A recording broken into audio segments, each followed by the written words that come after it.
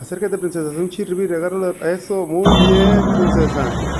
Uy, mira qué bien, lo vamos a llevar para curarlo. Hola mis amigos, vamos a soltar a este pequeño chirribirri que la Dilian se encontró otro día en el centro golpeado. Ya lo curamos ahí tantito, ya nos dimos cuenta que puede volar.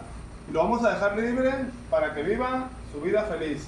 Aviéntalo allá, Dilian, para que vaya al arbolito.